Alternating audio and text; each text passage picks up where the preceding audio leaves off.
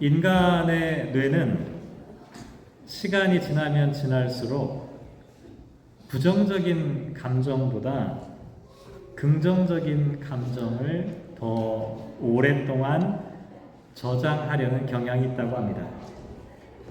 그래서 고통이나 슬픔이나 실수 같은 부정적인 경험은 시간이 지나면 지날수록 점점 기억에서 사라지는 반면 기쁨이나 성취나 따뜻함이나 감동 같은 감정은 시간이 지나도 더 또렷하게 남게 된다고 합니다. 이거를 심리학자들이 노화와 관련된 긍정성 편향이라고 말하는데요.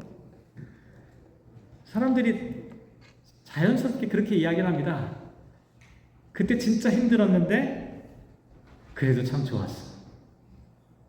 여자분들이 아기 낳을 때 그렇게 힘든데 나중에 또 낳는 이유가 그 부정적인 기억이 사라져버리고 좋은 기억만 남기 때문이라고 얘기해요. 또 인간의 뇌는 사실을 그대로 간직하는 것이 아니라 인간의 뇌 속에서 이거를 재해석하게 된다고 합니다. 예를 들면 청년 시절이나 아니면 군대, 남자들 같은 경우 군대죠. 그럴 때 힘들게 어려움을 겪고 실패를 하고 고생을 했는데도 나이가 들면 그 얘기를 하는 거예요. 그 왜 그러냐면 고통스러웠던 기억은 막 사라져서 희미해지는데 뭐가 남냐면 그때 그것이 참 의미 있었다라고 기억되기 때문이죠. 저는 개인적으로 과거를 기억하고 또 기념하는 것은 대단히 중요한 일이라고 생각합니다. 중요해요. 꼭 기억해야 합니다. 그런데 좀 조심할 것도 있습니다. 과거를 기억하는 것은 대단히 중요하지만 과거에만 머물러 있는 것은 문제입니다. 과거에 집착하는 것이죠. 많은 분들이 나이가 들면 들수록 과거에 살아가는 경우가 많습니다. 미래에 대한 기대가 별로 없기 때문에 그럴 수도 있고요. 아니면 현재의 삶이 만족스럽지 못하기 때문일 수도 있습니다. 이렇게 되다 보면 현재와 미래는 사라져 버리고 그저 과거의 시간만 남게 되죠. 물론 성경은 과거의 책이죠. 과거를 기록한 책입니다. 근데 성경에서 과거를 기록하고 기억하라고 말하는 이유는 미래가 불안전하거나 현재가 불만족스럽기 때문이 아닙니다. 오히려 과거를 기억하라고 우리에게 말씀하시는 이유는 과거가 좋았기 때문이 아닙니다. 옛날에는 좋았어 이게 아니에요. 오히려 과거에 주신 그 말씀을 통해서 우리의 눈과 시선을 미래를 바라보도록 하시는 거죠. 성경은 과거를 조명하고 설명하고 설득하고 있지만 과거 자체를 말하는 것이 아니라 미래가 하나님이 주시는 소망으로 가득한 미래라는 것을 끊임없이 말씀하고 있습니다. 하나님은 미래를 준비하고 계시는 분이라는 것이죠. 오늘 저와 여러분이 구약 성경의 본문 두 가지를 함께 생각해 볼 텐데요. 학개서 말씀과 욥기 말씀입니다. 오래된 옛날 이야기이들이죠. 그런데 여기에는 하나님께서 이루시는 미래에 대한 소망이 담겨져 있습니다. 옛날에 이랬다더라가 아닙니다. 그 사건을 통해 미래를 보는 법을 우리에게 가르쳐주고 계시죠. 학개서 말씀에서는 이 성전의 나중 영광이 이전 영광보다 크리라. 욥기에는 내가 육체 밖에서 하나님을 보리라. 모두 소망과 꿈과 비전과 확신에 대한 말씀들입니다. 오늘 저와 여러분이 이 말씀을 함께 묵상해 보도록 하겠습니다. 학계 말씀, 이게 참 설교 시간에 많이 다루어지지 않는 본문이기 때문에 많은 성도님들께서 학계라고 하는 이름을 생소하게 느낄지도 모르겠습니다. 대략적으로 이 시대를 말씀드리자면 이스라엘 백성들이 바벨론 포로기를 마치고 고향으로 돌아왔을 때의 일입니다. 바벨론 포로 생활을 마치고 고향에 돌아오자마자 이스라엘 백성들은 처음에는 아마 이렇게 생각했을 겁니다. 우리 돌아가자마자 성전을 지으리라. 해방되자마자 우리는 자유의 그 땅에서 하나님을 예배하는 예배터를 다시 복원하리라. 하지만 돌아온 지 20여 년이 지났지만 성전은 아직 이루어지지 않았습니다. 시작도 하지 못했어요. 이때가 BC 620년, 520년경이었습니다. 그러다가 몇몇 사람들이 조금 의기투합해서 성전 한번 다시 지어보지 않을까 이런 이야기들이 나와서 겨우 성전 재건에 대한 공사를 시작하게 되었습니다. 한번 생각해 보시기 바랍니다. 바벨론 포로로 끌려갔다가 돌아온 이 사람들이 돈이 어디 있겠어요? 돈이 없죠. 경제적으로 빈곤했습니다. 좋은 재료를 살 수 있는 여력이 전혀 없었던 거죠. 그러니까 어떻게 해요? 그냥 주변에 있는 나무를 갖다가 땔감으로 사용하는 그 나무들을 갖다가 성전을 짓기 시작한 거예요. 그런데 성전을 짓기 시작한 지 한 달 만에 다시 성전 재건 공사가 중단됐습니다. 왜 그런지 아십니까? 성전을 시작해놓고 보니까 너무 볼품이 없었던 거예요. 이 말이 안 된다고 생각하는 거예요. 너무 초라하게 보이는 거예요. 지으면 지을수록. 오늘 우리가 읽은 학개서 2장 3절 말씀에 보면 이런 이야기 나옵니다. 이 성전의 이전 영광을 본 자가 누구냐? 이제 이것이 너에게 어떻게 보이느냐? 이것이 너희 눈에 보잘것없지 아니하냐? 보잘것없다. 보잘것없다는 말이 어떤 뜻인지 아십니까? 존재하지 않는 것 같다. 여기에는 아무런 가치가 없는 것처럼 보인다. 이런 뜻입니다. 한번 생각해 보시기 바랍니다. 이 성전 재건 공사에 참여했던 사람들 중에 연로하신 분들 가운데는 그 전에 지었던 솔로몬 성전을 기억하는 사람들도 있었을 겁니다. 화려한 금과 은과 수입한 목재로 지어졌던 그 아름다운 솔로몬 성전의 모습을 기억하고 있는 그 노인들의 눈에는 지금 이렇게 짓고 있는 이 성전이 너무 초라하게 보였던 겁니다. 말이 되지 않는다고 생각했던 거예요. 더군다나 외형적으로 너무 초라하게 보이니까 도대체 이 성전이 성전으로서의 기능을 할 것인가에 대한 회의적인 생각도 하게 된 겁니다. 그런 생각이 드니까 어떤 마음이 들었냐면 성전이 더 이상 성전으로서의 기능을 하지 못한다면, 성전에는 하나님의 영광이 임하지 않는다면 우리가 지금 성전을 지어서 뭐해? 이게 한 달 만에 성전 재건 공사를 중단하게 되었던 이유였습니다. 오늘 본문에 나와 있는 이 말씀은 바로 그 상황에서 하나님께서 말씀하신 겁니다. 하나님께서는 4절 말씀에 이렇게 말씀하셨습니다. 수룹바벨아 스스로 굳세게 할지어다. 수룹바벨이라고 하는 사람은 정치적인 지도자를 나타냅니다. 그 다음에 나와 있는 사람이 여호사닥의 아들 대제사장 여호수아야 스스로 굳세게 할지어다. 여호수아는 종교적인 지도자를 나타냅니다. 이 땅의 모든 백성아 스스로 굳세게 하여 이럴지어다. 내가 너희와 함께하노라. 만군의 여호와의 말이니라. 하나님께서는 지금 정치적인 지도자인 스룹바벨과 종교적인 지도자인 여호수아 뿐만 아니라 성전 재건 공사를 시작했다가 중단했던 모든 백성들을 향해서 지금 말씀하고 계신 거죠. 3번이나 똑같은 말씀하셨어요. 스스로 굳세게 할지어다. 내가 너희와 함께 하노라. 내가 너희와 함께 하니까 굳세게 해라.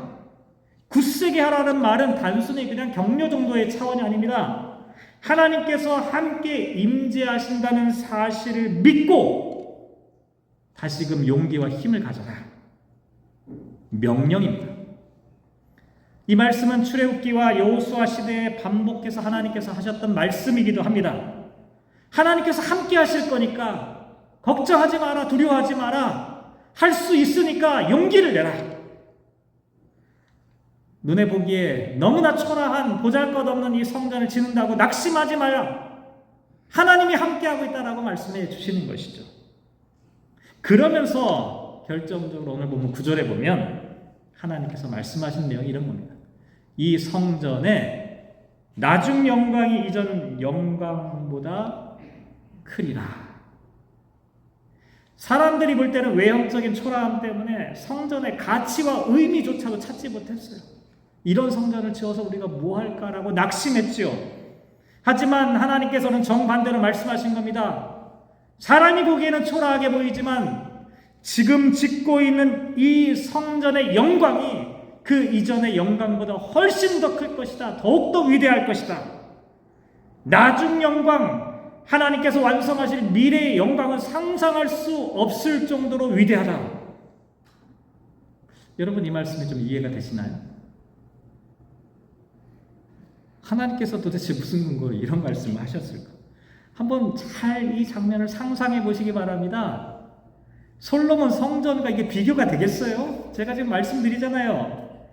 재료나 규모 면에서 비교가 안 돼요. 솔로몬 성전과 스룹바벨은 이게 비교할 수 있는 게 아닙니다. 너무나 초라하고 보잘것없는 것이 분명해요.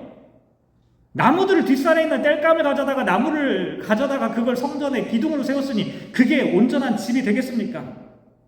그럼에도 불구하고 하나님께서 과거의 영광이 아니라 미래의 영광이 훨씬 더 위대하다라고 말씀하신 이유는 과연 무엇 때문일까?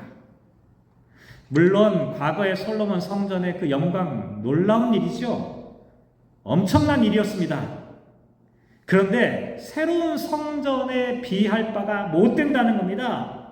왜냐하면 하나님께서 이루실 구원과 은총의 역사는 구약시대 솔로몬 성전을 뛰어넘는 그와 같은 일이기 때문입니다.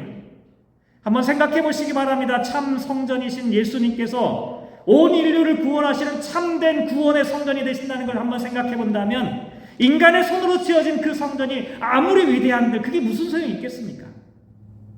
하나님이 세우실 성전, 하나님이 꿈꾸시는 그 성전, 그 미래의 성전은 과거의 성전의 영광과는 비교할 수 없다라고 말씀하셨던 것이죠. 하나님께서 일하시는 방향은 과거가 아닙니다. 과거가 아니에요. 하나님은 지금 미래를 향해 나아가고 계십니다. 하나님의 구원은 과거의 기억과 회상에 머무르지 않습니다. 끊임없이 새로운 창조를 일으키십니다. 끊임없이 하나님의 구원을 완성해 가고 계신 겁니다. 하나님께서 우리와 함께 하신다면 가장 좋은 날은 뒤에 있는 날이 아닙니다. 옛날에는 좋았어가 아닙니다.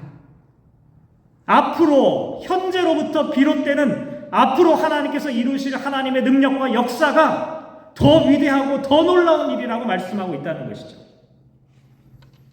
혹시 여러분 가운데 어떠신가요? 이민 나오신 분들이 대부분 그래요. 한국에서는 잘 나갔는데, 한국에서는 공부도 많이 하고 똑똑하고 좋은 직장도 다니고 잘 나갔는데 이민 생활을 시작해 보니까 만만치 않은 거예요. 이 사람들이 인정해주지 않는 거예요. 제일 먼저 들은 생각이 그런 거 아닌가요? 갑자기 내가 초라해지는 거예요. 이건 남의 얘기가 아니라 제 경험입니다. 제가 한국에 있을 때는 진짜 잘 나간다고 생각했는데 보니까 이민 목회를 하는데 버거운 거예요. 여러 가지 생각이 드는 거예요. 자책하기도 합니다. 여러분도 비슷하지 않습니까? 좋은 경력 갖고 한국에서 잘 지내고 있는데 이곳에 오니까 이 사람들이 인정해주지 않는 거예요. 오늘 본문 말씀을 다시 한번 기억해 보시기 바랍니다. 하나님께서 말씀하셨습니다. 옛날로 돌아가서 옛날을 추억하며 사는 게 아니라는 겁니다. 현재로부터 시작되는 미래를 보라는 겁니다. 하나님께서 함께 하신다면 나중 영광이 이전 영광보다 훨씬 더 크고 위대할 것이다 라고 말씀하여 주셨습니다. 그러니 낙심할 필요가 없다는 겁니다. 스스로 굳세게 하라 이렇게 말씀하셨습니다. 하나님께서 함께 하심을 믿고 믿고 소망을 가지라라고 말씀하고 있다는 것이죠. 이게 학개서 말씀입니다. 욥기에 나와 있는 말씀 한번 볼까요? 욥기 19장에는 어떤 이야기가 기록되어져 있냐면 욥의 친구 중에 한 사람이 이 빌닷이라는 사람이 있어요. 이 빌닷이라고 하는 사람이 욥에게 여러 가지 얘기를 했어요. 근데 친구가요, 참 가장 상처를 주는 사람이기도 합니다. 욥의 경우를 보면 이게 너무나 분명해요. 바로 앞에 빌닷이라고 하는 사람이 욥에게 어떤 이야기를 했냐면 정말 많이 했어요. 하나님께서는 이 세상을 막 공의로 통치하고 하나님의 공의로운 통치를 통해 세상에서 악인은 영원히 추방될 것이다. 정말 좋은 말이에요. 그런데 그 말 끝에 어떤 얘기? 하나님이 정의로우시고 공의로우신 분인데 욥이 지금 고난을 당하잖아요. 넌 분명히 뭔가 잘못했어. 지금 이 얘기를 하고 있는 거예요. 하나님이 세상을 정의롭게 다스리고 계시는 것을 우리는 다 믿는데 너 왜 이렇게 고통스러워해? 뭔가 숨겨진 죄악이 있구나. 욥이 그 얘기를 듣는데 가슴이 막 찢어지는 거예요. 모르는 사람이 얘기해서 괜찮은데 자기 친구가 얘기하는 거예요. 가슴이 찢어지는 거예요. 그래서 욥기 19장 2절로 넘어가 보면 욥이 너희가 내 마음을 괴롭히며 말로 나를 짓부수기를 어느 때까지 하겠느냐.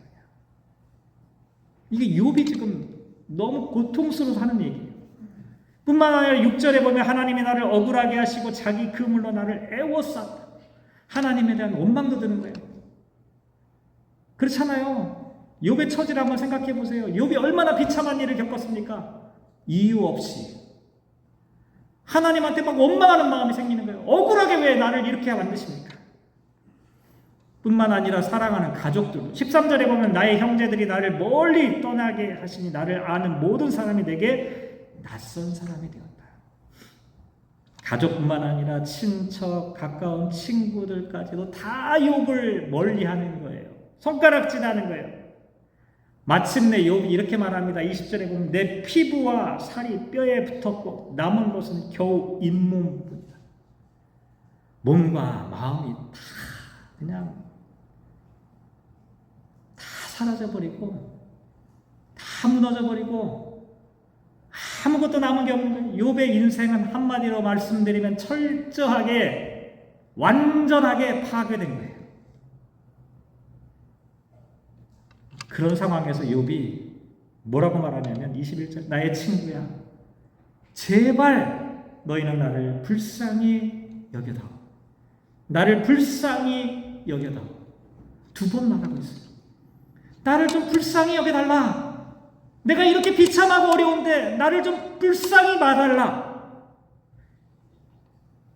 재산을 잃고 자녀를 잃고 건강을 잃고 사회적인 명예도 잃어버리고 가장 가까운 사람들과의 관계도 끊어지고 버림을 받은 이 욥이 지금 이런 처지에 놓여 있어요. 여러분들 이런 상황에 놓여 있는 저와 여러분이라면 어떤 생각 하시겠어요? 옛날에는 좋았는데 옛날에 자식들 또 부자가 되었을 때 그렇게 살았을 때 너무너무 좋았는데 내 신세가 왜 이렇게 됐을까? 아마 한탄하지 않았을까요? 그런데요, 오늘 본문에 나와 있는 이야기를 보면 욥이 뜻밖의 고백을 하게 됩니다. 25절에 보면 내가 알기에는 나의 대속자가 살아계시니 마침내 그가 땅 위에 서실 것이라.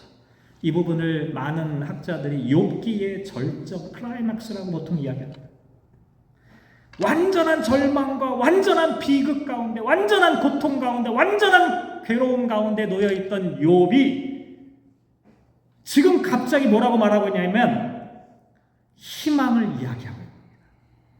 대속자, 이건 구원자라는 뜻이에요. 고엘이라고 하는 뜻인데 대속자, 구원자입니다. 대속자, 구원자, 이 고엘은 뭐냐면 가까운 친족이 다른 가까운 친족이 고통을 당하거나 생명을 잃게 되거나 재산을 잃어버렸을 때 대신해서 그것을 되갚아주는 사람이 구원자, 이런 의미를 갖고 있는 단어예요. 그런데 지금 욥이 뭐라고 말하냐면 아무도 자기를 변호해주지 않는 그와 같은 상황 가운데서 나에게도 대속자가 있다는 겁니다. 하나님께서 나를 구원해 주시는, 속량해 주시는 나의 잃어버린 명예와 나의 생명과 삶과 가족과 재산과 모든 것들을 다시 되찾아낼 분이 바로 하나님이다라고 말하고 있는 것이죠. 뿐만 아니라 욥이 얼마나 집요하게 말하냐면 26절에 보면 내 가죽이 벗김을 당한 뒤에도 내가 육체 밖에서 하나님을 보여. 욥은 정말 무시무시한 사람이에요. 가죽이 벗겨진다는 게 무슨 얘기입니까? 껍데기가 벗겨지는 게 뭐예요? 몸이 완전히 썩어가지고 부패하게 되더라도 나는 포기하지 않겠다는 겁니다. 내가 죽어서 시신이 땅에 묻혀가지고 뼈가 썩어도 나는 포기하지 않는다. 왜요? 구속자를 만날 것이기 때문에. 근데 한번 잘 생각해 보시기 바랍니다. 지금 욥이요, 문제가 다 해결돼서 이런 얘기 하는 게 아니에요. 고난이 이제 딱 끝났어, 하나님이 축복하셨어, 이게 아니에요. 지금 어쩌면 가장 깊은 고난에 처해 있는 상황입니다. 고난이 현재 진행형이에요. 그런데도 이런 고백을 하고 있는 거예요. 어떻게 이게 가능했을까? 이건 환상이 아닙니다. 이 기독교인들이 갖고 있는 게 이게 환상이 아니에요. 욥은 본 거예요. 어둠을 뚫고 자기 자신을 향해서 찾아오시는 하나님의 미래를 보았던 것입니다. 하나님의 미래는 현실보다 크고 고통보다 강하며 죽음보다 깊다는 것을 보았기 때문입니다. 욥에게 미래는 두려움이 아니라 하나님을 만나게 될 시간이었습니다. 마치 진주조개가 고통 속에서 진주를 품고 만들어내는 것처럼 욥은 깊은 상처 속에서 오히려 미래의 대속자를 깨닫게 된 겁니다. 고난의 자리에서 욥에게 하나님은 새로운 소망을 주시는 분이라고 깨닫게 된 것이죠. 그래서 마침내 구약 성경 가운데 거의 유일무이하게 죽음을 넘어서 부활의 소망을 말하고 있는 장면이 되었던 것이죠. 사랑하는 성도 여러분, 살다 보면 우리도 이렇게 괴롭고 힘들 때가 있죠. 그럴 때가 분명히 있습니다. 경제적인 이유나 아니면 건강의 문제이거나 아니면 주변 사람들과의 관계의 어려움이라든지 아니면 이민생활 하다 보면 이리저리 치이고 또 경험하게 되는 어려운 일들이 왜 없겠습니까? 그럴 때 우리 한번 욥의 이야기를 기억해 보면 좋겠습니다. 그 고통스러운 순간에 욥이 고백했던 우리의 대속자가 여전히 살아계신다. 욥의 고백입니다. 죽음조차도 우리를 하나님의 사랑에서 가로막을 수 없다. 기어이 나는 육체 밖에서라도 하나님을 볼 것이다. 욥과 같은 믿음, 욥과 같은 당찬 이 고백이 저와 여러분의 고백이 되었으면 좋겠습니다. 오늘 설교를 마무리하죠. 설교를 시작하며 그런 말씀 드렸습니다. 나이가 들면 들수록 옛날 이야기를 많이 하게 됩니다. 옛날의 경험들을 비추어서 무엇인가를 이야기하는 것은 자연스러운 일이죠. 하지만 우리의 신앙은 과거에 머물러서는 안 됩니다. 과거에 나는 신앙생활 이렇게 했다는 것으로만 끝나서는 안 됩니다. 우리의 신앙은 미래를 향해 걸어가야 합니다. 왜냐하면 하나님은 미래로부터 우리를 부르고 계시기 때문이죠. 하나님께서 일하시는 자리는 어제가 아니라 오늘입니다. 그리고 우리가 앞으로 살아가게 될 내일이지요. 그 미래는 또한 불확실한 미래가 아니라 하나님께서 친히 약속해 주신 미래입니다. 그래서 두려움이 아니라 하나님의 임재와 약속으로 채워진 소망의 미래를 살아가게 되는 것이죠. 옛날이 좋았는데 라고 하는 말이 떠오를 때마다 오늘 말씀을 다시 한번 생각해 보시기 바랍니다. 보잘것없고 일이 풀리지 않고 몸이 약해지고 마음은 지치고 기도해도 응답이 더딘 것처럼 느껴지더라도 또 욥처럼 설명되지 않는 고통과 억울함과 상실을 만날 때가 있더라도 욥과 학계 선지자에게 주신 말씀을 기억해 봅시다. 무너진 그 자리에서 우리는 하나님을 볼 것이다. 육체의 한계에 다다른다 하더라도 하나님은 너를 포기하지 않으신다. 하나님은 인생의 끝자락에서 다시 시작하시는 분이다. 사랑하는 성도 여러분, 우리도 이렇게 고백해 봅시다. 나는 아직 미완성이지만 하나님은 우리의 미래를 완성해 가시는 분. 어떠한 상황 가운데서도 우리의 육체의 한계를 뛰어넘어 하나님을 보게 될 것이다. 미래를 바라보며 꿈꾸는 그와 같은 그리스도인으로 살아가시기를 주님의 이름으로 축복합니다. 기도하겠습니다. 하나님, 우리의 시선과 우리의 말과 우리의 생각과 우리의 행동이 장차 우리를 주님의 나라로 인도하시는 하나님을 바라보게 하시고 하나님을 꿈꾸게 하시고 하나님을 기대하게 하시고 하나님을 소망하는 사람들이 되게 하여 주십시오. 우리들의 모든 입술 가운데 하나님이 주시는 비전과 꿈들을 가슴에 품게 하시고 앞으로 이루실 하나님의 위대한 사건들, 하나님의 놀라우신 은총을 기대하며 살아가는 우리 모든 성도들 되게 하여 주십시오. 우리의 신앙이 그저 과거를 추억하며 과거를 돌아보며 살아가는 것으로만 그치지 않게 하시고 과거로부터 시작되어진 하나님의 구원의 역사를 앞으로 계속해서 기대하고 바라보는 우리 모든 성도들 되게 하여 주십시오. 함께 하시기를 간절히 소망하며 이 모든 말씀 예수님의 이름으로 기도합니다. 아멘.